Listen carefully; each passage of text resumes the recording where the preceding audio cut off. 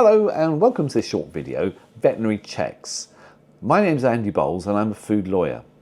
Now this is the 47th video in a series of 100 that I'm recording on food law topics in the UK.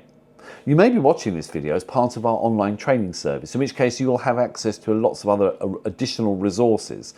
Also additional webinars, which are typically an hour long, on each of the topics, which provide obviously a bit more detail. But if you're watching me on YouTube, on our YouTube channel, you are of course more than welcome. Now I would recommend you watch, if you're not familiar with this area of work, the imported food procedures video before you plough through this one. But if you just need a bit of a reminder about imported food procedures, you'll know that the importation of products of animal origin, POAO, into Great Britain from outside is going to be subject to this veterinary checks regime. Now, what you need to do if you are going to be importing a product of animal origin into Great Britain is, first of all, you'll need to pre-notify the authorised port of entry, the border control post, at least one day before the consignment is due to arrive at the port, that it is coming. The pre-notification is performed by a person who's responsible for the consignment and will have to be in an address in Great Britain.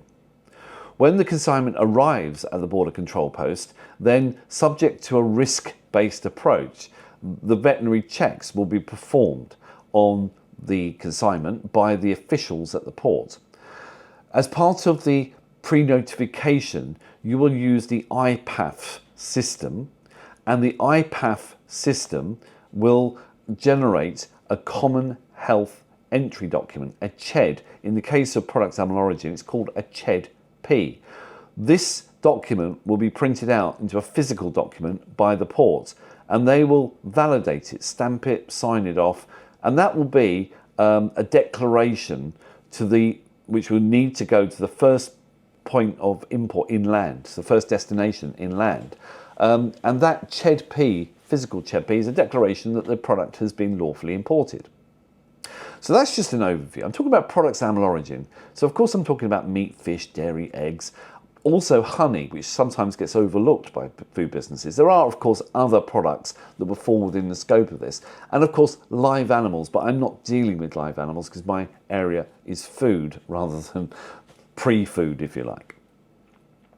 So I mentioned that IPAFs will be used to pre-notify the authorised port of entry, the border control post, one day before the product animal origin arrives.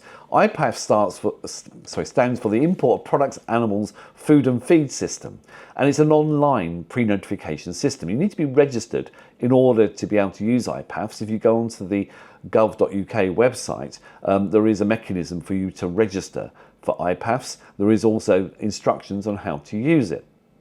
So when you're pre-notifying the port of entry, the border control post, you are effectively filling in part one of the common health entry document. So you're saying who you are and where the product's coming from, you're describing the product, you're identifying the port of entry, all that sort of stuff. This is a requirement for all products that are going to be subject to this SPS, the sanitary and phytosanitary system checks, and veterinary checks fall within that scope. So it will be required for products animal origin. Once the product arrives at the border control post, then it will be subject to veterinary checks. Now, the veterinary checks basically comprise the documentary check, identity check, and physical check, but not all of these will be performed on all products. The identity and physical checks will be performed according to risk and the nature of the products, and the origin of the products will determine that risk. But just to explain what they are, the documentary check is sort of self-explanatory. It's going to be a check on the documents, and most of these will be uploaded as part of the IPAF's pre-notification. So for example, health certification, if it's required, the health certificate would form part of the documentary check. The identity check is essentially a verification that the product that has turned up at the border control post is indeed the product that was pre-notified. So it may be a seal check. You know, the officers might just check the seal code, the identity number on the seal that's locked the container, to see that it's the same number on the actual pre-notification. It's things like that. And then the physical check would actually be where the officers will have a look at the actual product. They'll remove it, they'll look at labeling, look at maybe temperature control if that's relevant. They might take samples for food examination or for chemical analysis. They might do organoleptic checks like taste testing. So it's a physical hands-on check.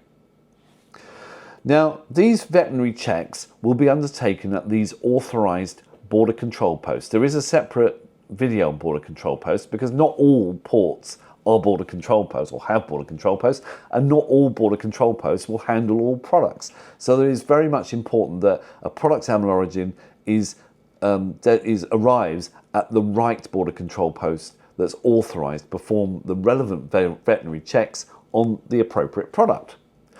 The checks will be carried out by official inspectors, and there's two types of official inspectors. There's the vets, the veterinary inspectors. So these are veterinary surgeons, these are qualified vets who will be looking at obviously the live animals but the product's animal origin.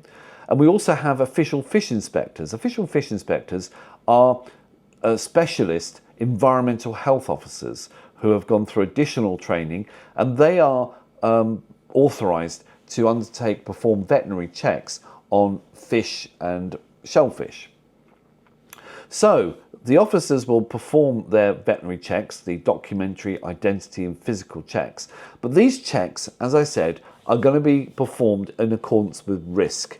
And the risk is determined by the Border Targeting Operating Model, the BTOM inspection rates. These are published on the www.gov.uk website. And inspection rates will vary between products imported from the EU and ones from non-EU countries. So there are three categories of products of animal origin. High-risk commodities. These will be subject to 100% veterinary checks. Now these typically would be live animals. Medium-risk commodities. Well, within the medium-risk commodity there are three different categories, subcategories if you like, M1, M2, M3. The checks performed will depend on the risk of non-compliance. So if there's minimal non-compliance, then the veterinary checks will be performed on something like 1% of the consignments. Whereas if there is a more significant risk of non-compliance, and it's not just the risk of non-compliance, it's the consequences of non-compliance, really, it's important here, then they'll be subject to more enhanced checks. So typically documentary checks are carried out on everything, but the identity and physical checks will be carried out according to risk.